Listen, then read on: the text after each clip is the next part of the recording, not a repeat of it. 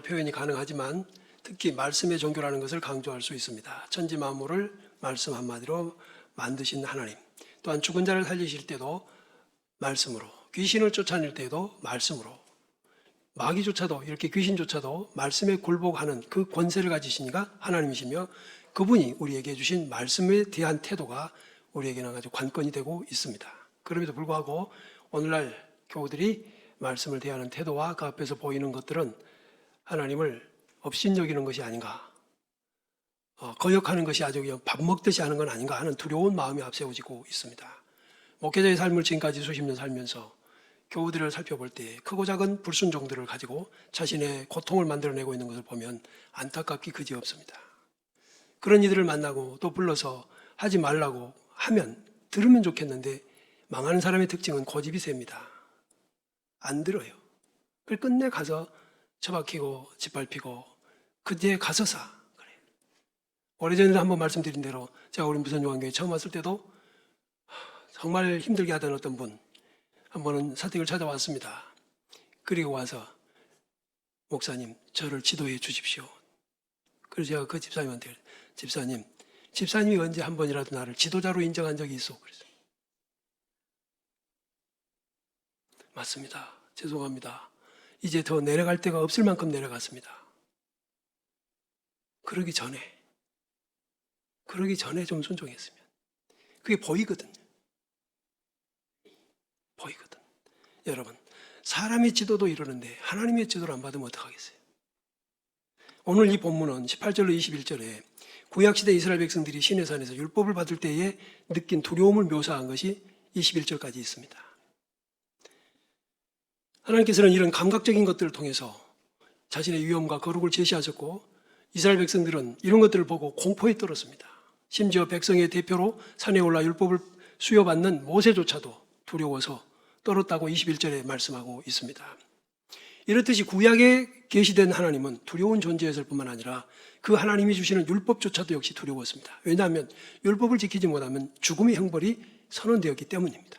이처럼 율법으로 인한 성도들은 공포에 또 두려움 가운데 지나면서 하나님께 함부로 갈 수 없다, 하나님은 가까이 갈 수 없는 두려운 분이다 라는 의식을 가지고 살았던 게 구약교의 성도들입니다. 그런데 그리스도의 중보사역으로 인해서 새롭게 주어진 언약은 하나님과의 화목을 이루게 하셨어요. 우리 아시는 대로 주께서 십자가에서 죽으실 때 성소 휘장이 위에서 아래로 갈라짐으로 막혔던 하나님께 나아갈 길을 열어놓으셨다는 것은 상징적으로 보여지는 내용입니다. 그래서 새 언약의 중보이신 예수님께서 아벨의 피보다 더 낫게 말하는 뿌리는 피라고 여기 24절에 말씀하시는 걸 보세요. 하나님과 인간의 관계는 이제 더 이상 공포나 두려움의 사이가 아니고 결코 끊을 수 없는 아버지와 아들 사이, 곧 부모와 자식의 관계가 만들어졌다는 말씀입니다. 이걸 여러분 믿으시기를 바랍니다. 이게 하나님의 의도하시는 바입니다. 이제는 그걸 우리는 누리고 살아야 되는 것이죠. 그래서 그리스도의 피는 아벨의 피보다 나은 것이죠. 아벨의 피는 단지 자신의 원수를 갚아달라고 호소한 것에 불과했지만, 우리 주님의 피는 하나님과 인간 사이의 근본 문제를 해결해 주시는 정말 생명의 피였던 것이죠. 그러므로 이제부터 우리는 그리스도 예수 안에서 이 회복된 관계로 하나님과 인간 사이가 아버지와 자식의 관계, 곧 더할 나위 없이 이제는 사랑의 관계라는 말입니다. 구약시대 백성들처럼 하나님께 나아가는 게 두렵고 잘못하면 죽는다는 공포 속에 사는 게 아니라 이제는 하나님이 아버지라는 사실을 가지고 신앙생활을 하는 거예요. 자, 근데 여기서 이제 문제가 하나 터지죠. 그러면 아버지의 말씀은 어떠냐? 아버지의 말씀은 어떨 거냐? 오늘 여기 본문에는요, 모세가 하나님께로부터 받은 율법을 백성에게 말했는데 그것을 범하는 사람조차도 죽는데 하물며 하늘에 계신 하나님의 말씀을 범하는 자는 어떡하겠냐 하면서 더 무섭다고 말씀하세요. 그러니까 우리 목회자들도 일부 구약시대는 율법시대고 막 무서웠다, 그러나 지금은 은혜시대고 복음시대다, 어영부영해야 된다, 천만의 말씀입니다. 여러분, 월급만 받는 사람은 할 수 있으면 자기 몸 보존하고, 회사에서 무리해서 내가 과로해가지고 병들기까지는 안 합니다. 그런데 내 아버지의 사업이고 내 아버지께서 무엇을 원하시는 걸 안다면 그걸 도와드리기 위해서 내가 몸에 무리가 가더라도 자발적으로 하고 더 하려고 하는 것이죠. 이게 관계입니다. 여러분, 신앙생활이 이런 것이어야 할 텐데 여전히 눈치를 보고 속이고 가능하면 대충 하는 그런 신앙생활을 하신다면 여러분은 지금도 어느 시대에 머물러 있는가 생각해 보세요. 하나님과 어떤 관계입니까? 이제 우리는 두려움이나 억지가 아닙니다. 사랑하는 마음을 앞세워서 순종하는 신앙생활을 해야 하는 시대. 그러니까 이 말이 모두에게 다 적용되는 거 아니에요. 그 마음에 그리스도 예수의 속죄가 있는 사람들이 아멘입니다. 그들이 아멘하는 거예요. 왜냐하면 직장에 수백 명, 수천 명이 다녀도 아들이 다니는 것하고는 다른 태도로 보일 테니까. 교회에 많은 사람이 다녀도 하나님을 아버지로 모시고 사랑하는 마음으로, 감사한 마음으로, 행복한 자세로 신앙생활을 하는 것과 단지 복 받으려고 다니고 하나님과 상관없고 그런 사람과는 다르죠.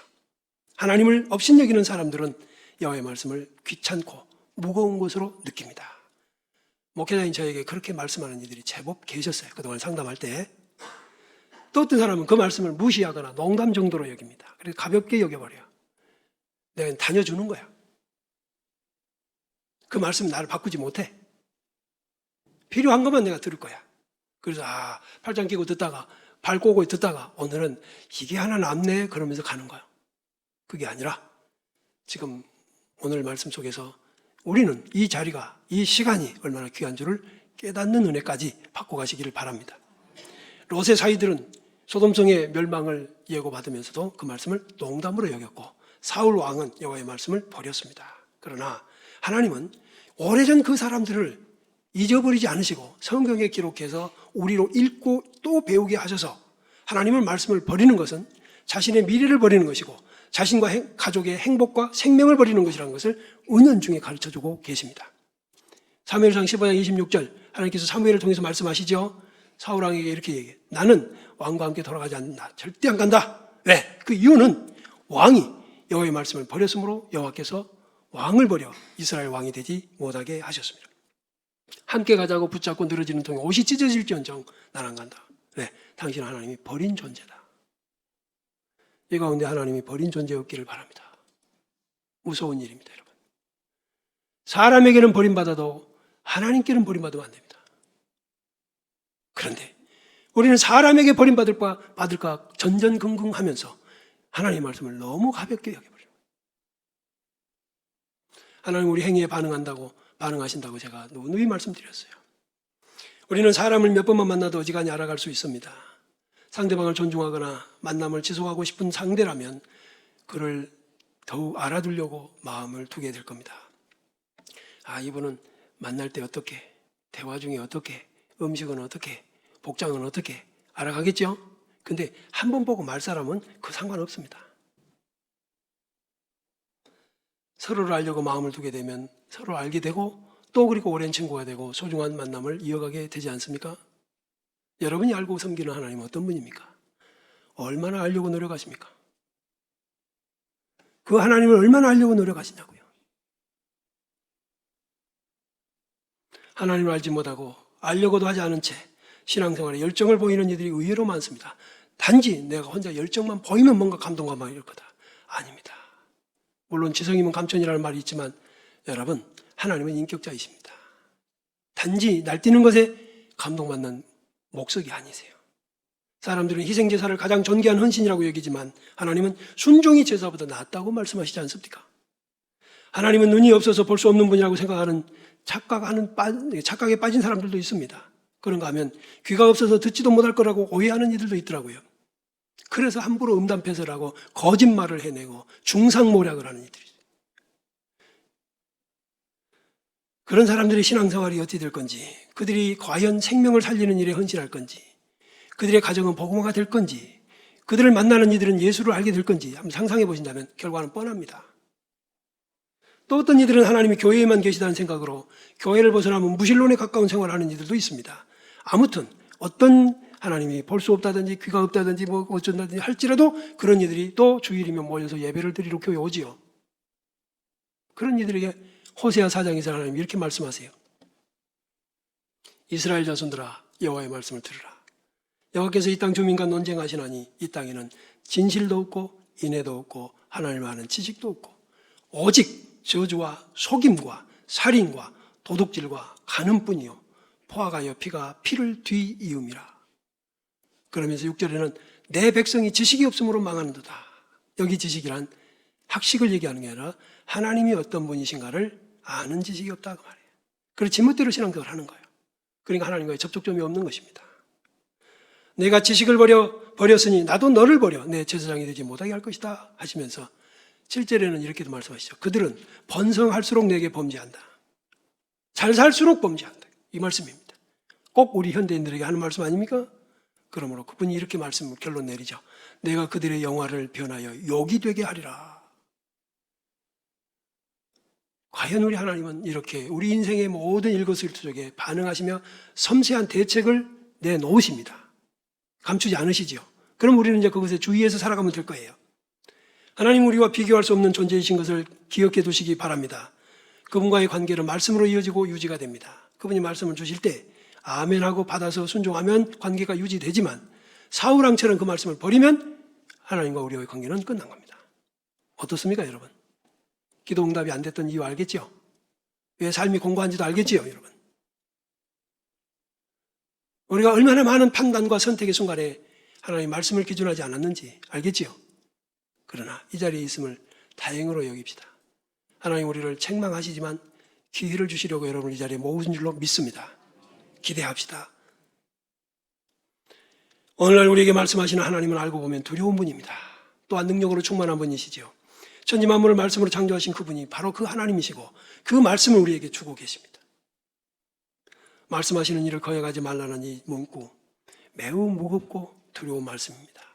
자, 그래서 우리가 새벽기도 때 이 히브리서를 공부를 했지만 이 말씀을 남겨두고 온 교우들과 함께 말씀을 나누려고 준비를 해 왔었습니다. 그동안에. 근데 하필이면 많은 분들이 안 계시고 추석 명절이고 한데 그러나 이게 복인 줄로 믿으시고 이 말씀 앞에서 인생이 수리되기를 축복합니다. 여러분 말씀하시는 일을 거역하지 마라. 그 내게 말씀하시는 그분이 누군가를 알고 그 앞에서 내가 어떤 태도를 보일 것이냐 하는 거예요. 여러분 아무리 못난 사람도요 자기 자식에게 말하는 지시하는 경우가 있을까 없을까? 있죠? 다 있어요. 심지어는 우리가 작은 단체 리더가 된다 해도요 말을 하게 돼요. 그러면 그걸 어떻게 태도를 보이냐에 따라서 그래요. 여기 사장이 계신 분, 사장. 우리 교우들 중에 사업체 하는 분들은 직원들을 이렇게 할 거예요. 말하는 거잖아요. 지시하는 거잖아요. 그때 보이는 태도는 그가 나를 어떻게 여기느냐예요. 존중해 주느냐, 업신 여기느냐. 말을 들을 때 태도를 어떻게 보이냐. 그리고 그 말을 어떻게 잊어버리지 않고 기억하고 따라가느냐.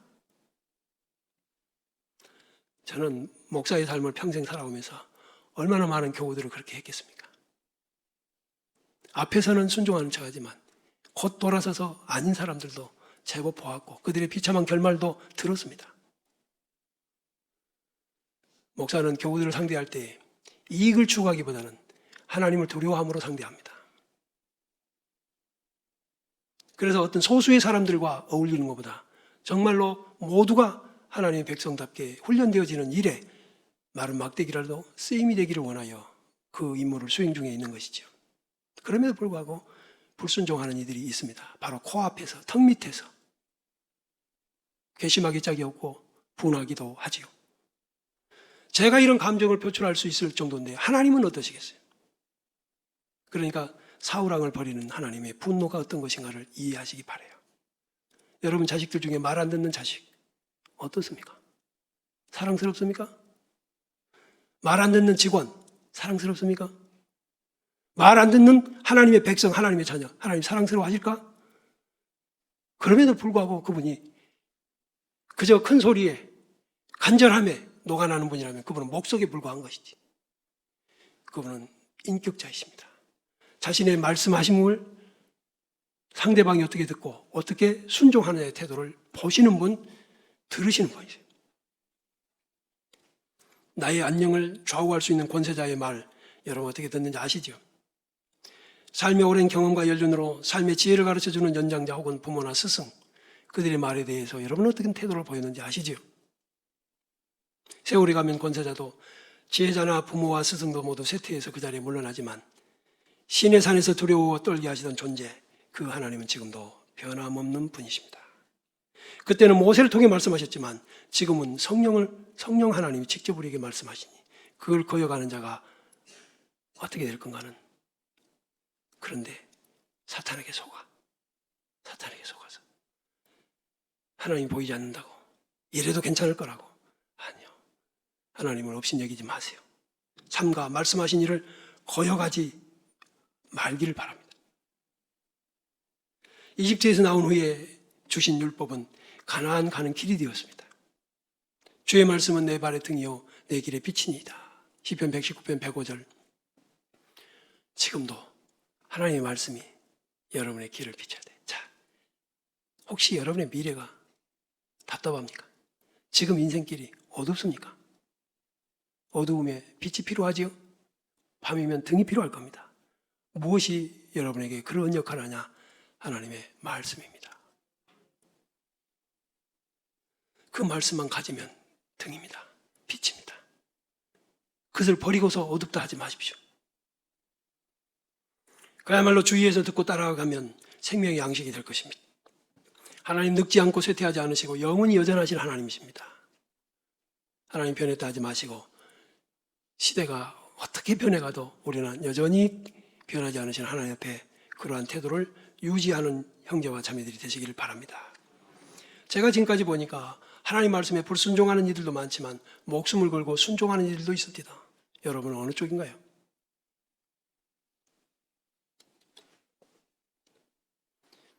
우리는 무엇을 선택하기 위해 순간 아주 짧은 찰나에 판단을 합니다.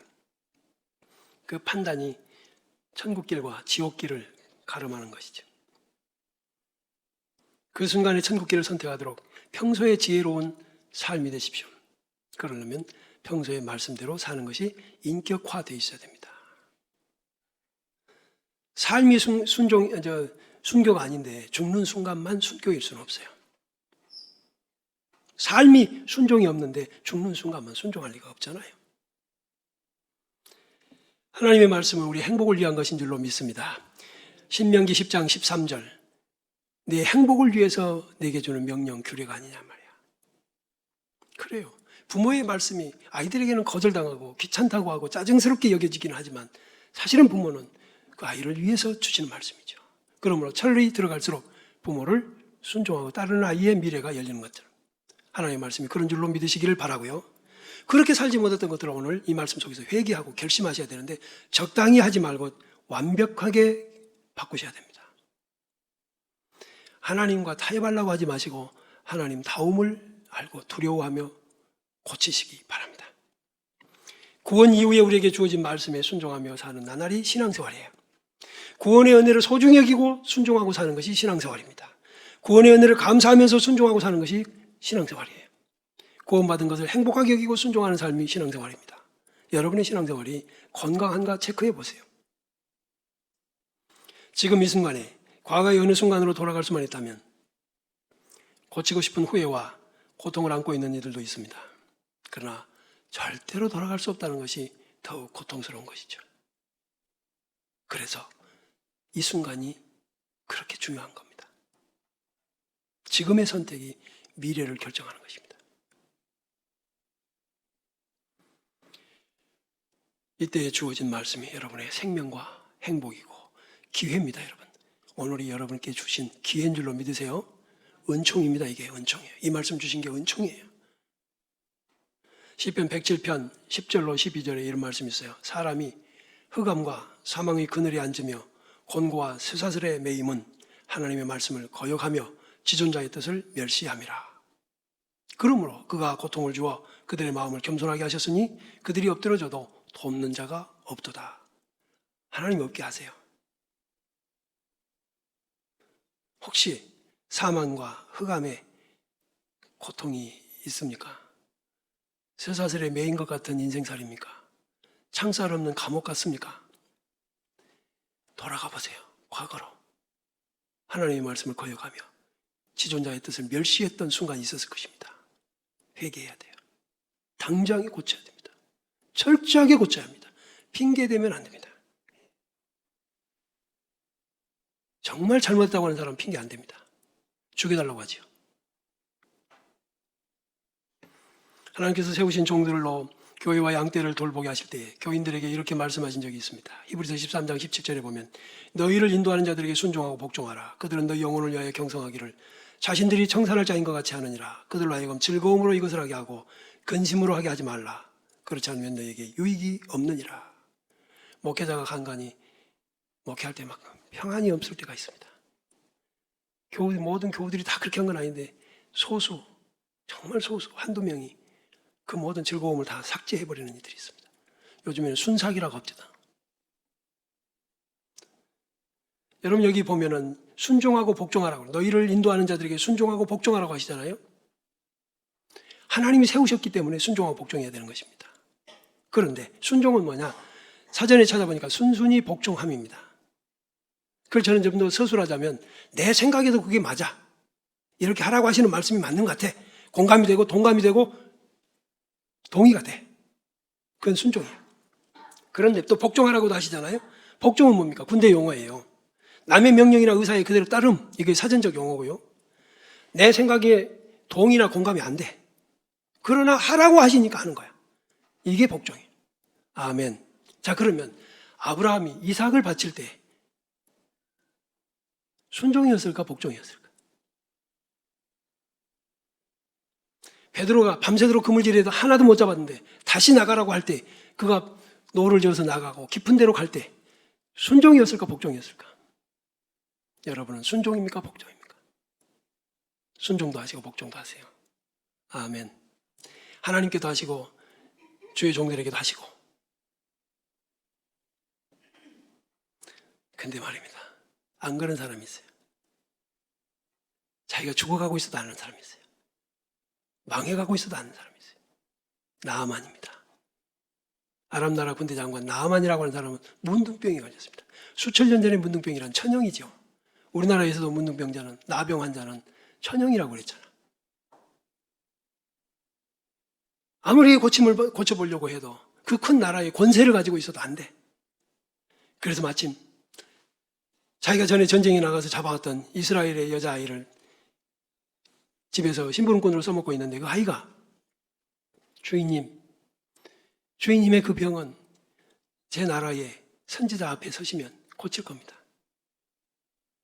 물에 빠진 사람 지푸라기라도 잡는 심정으로 그래 거기라도 가보자. 가서 왕에게 제가 좀 잠시 다녀오겠습니다 했더니 사연을 들은 왕은 친필을 써줍니다. 이 사람이 죽으면 안 되니까 친필을 써줘. 그 편지를 가지고 어마어마한 권세를 과시하면서 고치면 주려고 엄청난 선물, 금은 보화, 폐물을 가지고 종자들을 거느리고 한때의 군사처럼 갑니다. 그 편지를 받아든 이스라엘 왕은 벌벌 떨지요. 근데 그 소문이 엘사 선지자에게 들립니다. 나에게 보내십시오. 왔는데 그 집 문 앞에 섰을 때 종자가 와서 저 요단강에 가서 몸을 7번 담그랍니다. 꽉 문 닫고 들어갔어요. 여러분 같으면 어떡할 것 같아요? 여기까지 왔잖아. 죽을 것 같잖아요. 지금. 문둥병이 뭔지 알죠? 살이 썩어 들어갑니다. 뼈 마디마디가 녹아서 떨어져 나갑니다. 제가 죄라면 문둥병이라는 책에서 봤어요. 하루를 살다가 저녁에 자려고 양말을 벗으면 발가락 하나가 없어. 벗어놓은 양말을 눌러보면 물컹. 이게 문둥병이었어요. 그럼에도 불구하고 뭐가 있냐? 자기 생각이 있고 자기 고집이 있어. 그게 인간이에요. 그게 지금 우리의 모습이에요. 내가 망해도 내가 누군데? 내가 누군데 왕도 벌벌 떠는데 지가 이 촌부가 내 앞에 와서 내 생각에는 지가 대문 열고 와가지고 내 앞에 무릎 꿇고 내 상처에다 손을 얹어서 흔들면서 이렇게 기도해 줄 줄 알았다. 근데 뭐냐 이거 얼굴도 안 보이고 화가 나서 저는 그 장면이 우리의 참 추하고 어리석은 모습의 한 단면을 하나님께서 성경에 보여주신 거라고 봐요. 망해가도 죽어가도 고집이 있어요. 너무나 감사하게 그에게는 지혜로운 종자가 있었습니다. 장군님, 이보다 더한 일을 명령했다고 한들 살기 위해서 안 할랍니까? 똥물에 들어가라고 해도 했잖아. 그죠? 그러면 살 거 아니야. 근데 요단강 물이야. 갑시다. 여러분 주변 사람이 좋아야 돼요. 정말 그게 은혜였어요. 그리고요. 주변 사람의 말을 듣는 것도 은혜입니다. 그래 듣고 보니 그러네. 가자. 가서 몸을 7번 담 겁니다. 왜 하나님은 그걸 성경에다 써놓으셨을까요? 한 번 담그고 보니까 좋아지고 두 번 담그니까 더 좋아지는 게 아니라 7번까지 담궈야 좋아지게 되는 거예요. 하나님은 이런 분이세요. 순종하는 척 한다고 해서 점점 진도가 나가는 게 아니라 순종이 100%가 됐을 때 역사하신다. 할렐루야! 하나님은 어떤 분이냔 말이에요. 하나님이 어떤 분인가를 알고 내가 그 앞에서 만들어져야지 내가 하나님을 만드는 자가 돼서는 안 된다. 그래서 우리의 모든 생각을 사로잡아서 그리스도께 복종시켜야 됩니다. 우리는 얼마나 많은 이론에, 얼마나 많은 생각에 하나님의 말씀과 맞짱을 띄는지 몰라요. 불순종은 말씀하시는 일을 업신여기는 겁니다. 여러분 주변에서 말입니다. 윗사람을 뒤에서 말하는 사람을 경계하세요. 그 사람은 인격적으로 병든 사람입니다. 그런 사람 가까이 하면 망합니다. 사장님을 뒤에 돌려세놓고 팀장님을 돌려세놓고 얘기하는 사람, 그 사람 나쁜 사람이에요. 그 사람 아주 비겁한 인격자예요. 고개 끄덕거리는 분들이 많으시는 거 보니까 경험자들이 있는 것 같아요. 절대 가까이 하지 마십시오.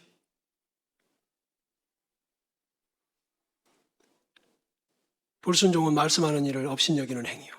하나님은 누구에게도 업신여김을 당하지 않을 것일 겁니다. 불순종하는 사람은 언제 어디서나 누구에게나 자신의 생각을 앞세웁니다. 그러므로 불순종이 습관이 되는 것이죠. 저는 노아가 방주를 짓는 것이 순종이었을까 복종이었을까? 순종, 복종 다 들어갑니다. 우리는 순종, 복종 다 해야 됩니다. 하나님 앞에 순종, 복종 다 해야 되는 거예요. 그리고 한 번이라도 해보고 하나님이 계시다 안 계시다 해봐요. 아예 지금도 안 하고 내 생각에는 하면서 하는 거지. 몸을 7번 담근 나아만은 나오자마자 깨끗해지니까 당장 하는 거리. 어서 가자. 우리 집에 처자식 보고 싶다. 어서 가자. 내 나라로. 이게 아니라 아까 그 화를 냈던 그 대문 앞으로 갑니다. 엎드려 절하지요. 받으십시오 예물을. 사랑하는 여러분, 순종에는 열매가 나옵니다. 할렐루야. 잔머리 굴리는 데는 열매 없어요. 순종해야 열매가 있어요. 하나님의 말씀은 더군다나 그래요. 순종, 복종까지 하시면 됩니다. 우리 인간의 생각에는 한계가 있지요. 그러므로 자신의 생각을 버리고 나를 사랑하시는 하나님을 신뢰합시다. 아까 21절까지는 그렇게 나왔지만 그 뒤에는 예수님으로 말미암아 하나님과 우리 사이가 어쨌다고요? 회복이 됐어. 그러니까 이제는 그 말씀이 무거운 게 아니야. 순종하는 태도가 달라야 돼. 아멘. 예배하러 오실 때 기쁨과 감사가 있어야 돼. 도살장으로 끌려가는 소처럼 끌려오지 마시고 기쁨과 감사로 와야 돼. 그러려면 월요일부터 토요일까지 순종하는 삶을 통해서 하나님을 경험해 보면 돼. 그 하나님께 가서 말씀드릴 게 있어. 그 말씀, 그 하나님께 가서 감사할 게 있어. 찬양하고 싶어. 달려와야지. 불순종이 습관이 된 사람은 예배도 멀어지게 돼 있어요. 교만은 패망의 선봉입니다. 순종은 내 생각을 버리고 따르는 겸손한 자세, 아버지 하나님을 사랑하는 마음을 앞세우는 그런 태도로 갑시다. 제가 목회자의 삶을 수십 년 살면서 성도들에게서 갖는 의심 하나가 있는데, 과연 하나님을 사랑할까? 저분은 과연 하나님을 사랑할까? 저분은 과연 하나님을 사랑할까요?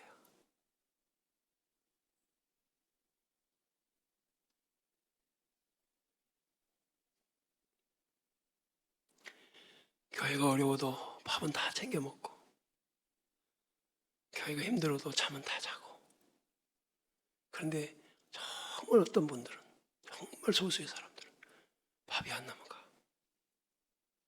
교회를 위해 금식을 하고, 교회를 위해서 제라를 하고.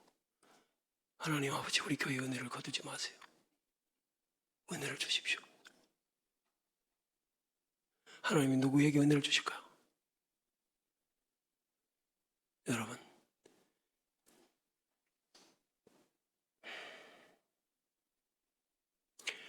아담과 하와가 선악과를 먹은 것은 하나님께 대한 대역죄입니다.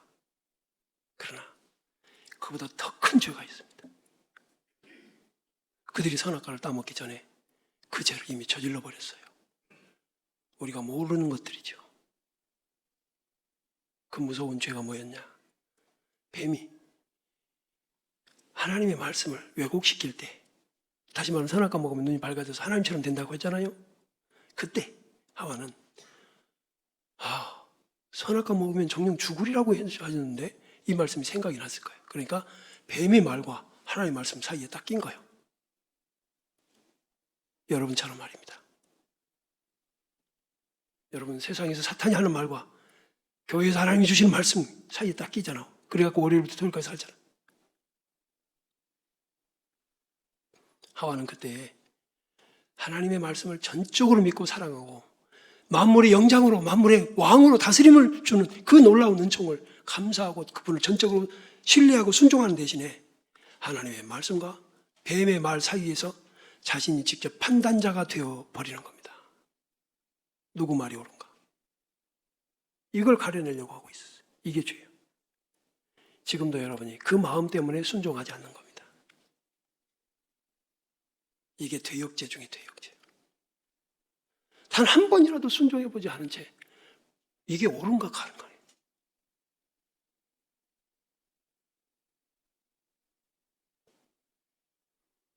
주일에 돈 쓰지 말라고 저희 때는 배웠어요. 근데 한 번은 아버지가 저에게 맡겨두셨던 그 인감도장을 찾으셨네. 하필 제가 어떻게 사연이 됐는지는 모르겠는데 하여튼 제가 학교 기숙사에다 그걸 두었습니다. 가져오라고. 버스를 타고 가면 왕복 24km씩 한 30km씩 될 거야 아마 이것저것 다 보태면. 그러면 왕복이면 60km쯤 되는 곳인데 그래도 금방 갔다 올 건데 그때만 해도 비포장도로거든요. 지금 다 아스팔트지만. 근데 하필이면 주일입니다. 그래서 토요일날 오후에 출발해서 자전거를 타고 24km가 넘는 그 길을 이제 비포장을 간 거죠. 돈 한 푼 없이 가다 보니까 저녁에 배가 고팠어요. 자전거를 타고 왔으니. 기숙사에는 아무도 없어. 산바닥에서 자고 아침날 빈속에 다시 주일이니까 아무것도 뭐 돈 쓸 수도 없지만 돈도 없고 그 먼지바닥을 헤매고 올라오는데 고갯길을 자전거로 못 올라가겠습니다.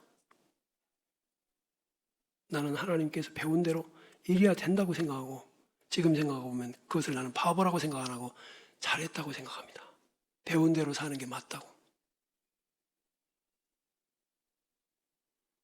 그때 내 편할 길을 구한 게 아니라 하나님 말씀 앞에 내가 불편해지고 힘들어져도 그 길을 갔다. 하나님보다 자기 자신을 더 높여서 하나님마저도 자기 판단의 대상으로 삼으려는 오늘날 많은 시도들을 우리는 하나님은 보고 계시고 기억해 두고 계십니다. 그들의 기도는 거절당하며 도움을 요청할 때 거절하실 것입니다. 하나님과 우리는 관계잖아요. 오고 가는 거잖아요. 한쪽만이 아니잖아요. 가슴이 와야 되잖아요. 여러분, 이제 과거는 잘못했다고 합시다. 그러기 전라도 오늘부터라도 하나님 말씀대로 좀 삽시다. 말씀하신 일을 거역하지 마시면 순종하면 여러분 행복할 거예요. 저는 여러분이 행복하기를 바라요. 하나님이 저를 쓰셔서 이 말씀을 여러분에게 듣게 하시려고 여러분 모아두신 이유는 여러분 행복하기를 바라신 줄로 믿습니다. 어려워도 말씀대로 사십시오. 그래야만 행복이 있습니다. 하나님 말씀대로 삽시다. 여러분이 얼마나 귀하면 독생자를 내놓으셨겠어요. 제가 오늘 주보에 마지막 퍼즐 한 조각이라는 글을 썼습니다. 하나님의 작품이 퍼즐 작품이라고 생각해봐요. 퍼즐로 만들어진 아름다운 그림이야. 멋진 작품이야. 근데 그 중에 한 조각, 수백 개, 수천 개 조각 중에서 하나가 없다. 괜찮을까요? 아니요. 여러분이 그 마지막 한 조각이어서 여러분을 찾고 계시고 여러분을 귀히 여기고 계십니다. 힘을 내시고 주의 말씀에 순종하는 능력을 구합시다. 용기를 구합시다. 순종에 용기가 필요하다고 그랬잖아요. 순종에도 용기가 필요하다. 우리 일어나서 같이 찬양하고 기도합시다.